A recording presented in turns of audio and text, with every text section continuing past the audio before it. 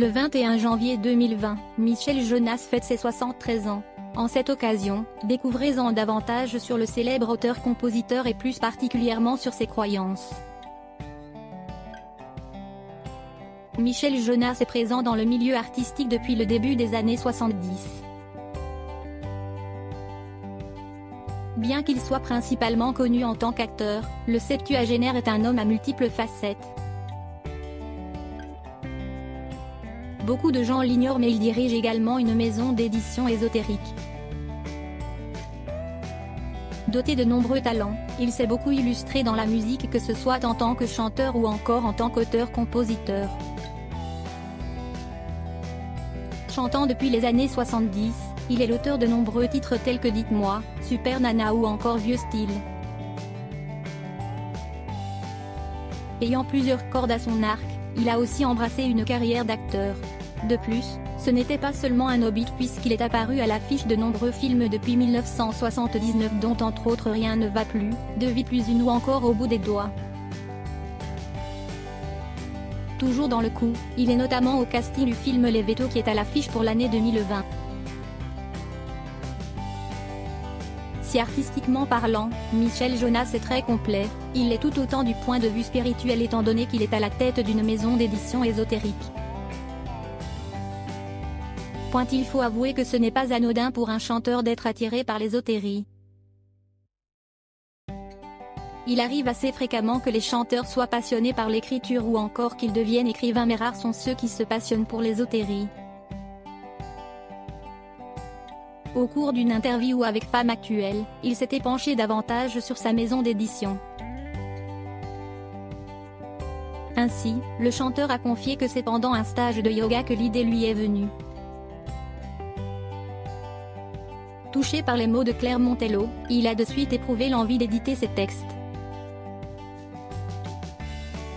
C'est d'autant plus étonnant vu que ses écrits sont d'un genre assez peu commun, le channeling comme il l'a expliqué.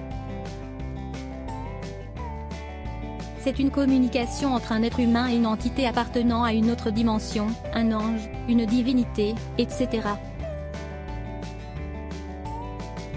La personne reçoit, on ne sait d'où, on ne sait de quelle époque, des paroles, qu'elle énonce, comme s'il venait d'elle.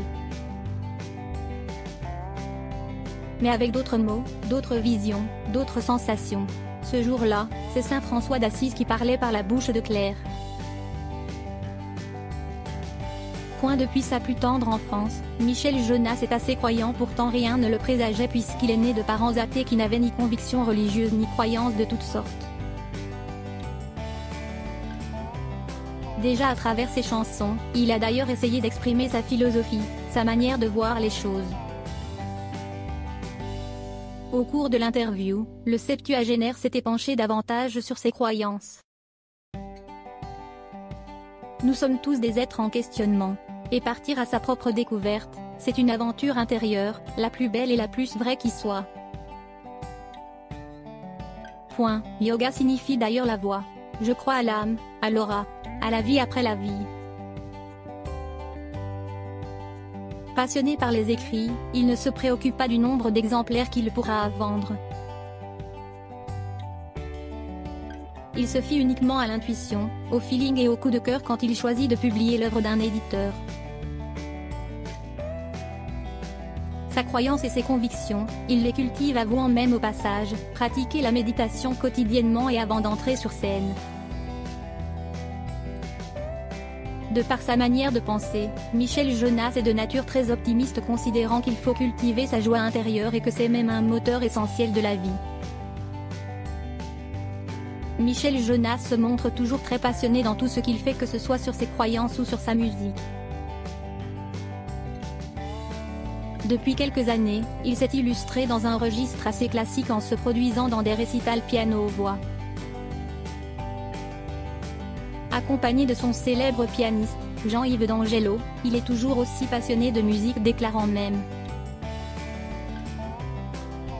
J'ai toujours 18 ans quand je monte sur scène. Bon nombre de célébrités ont fêté leur anniversaire en janvier 2020.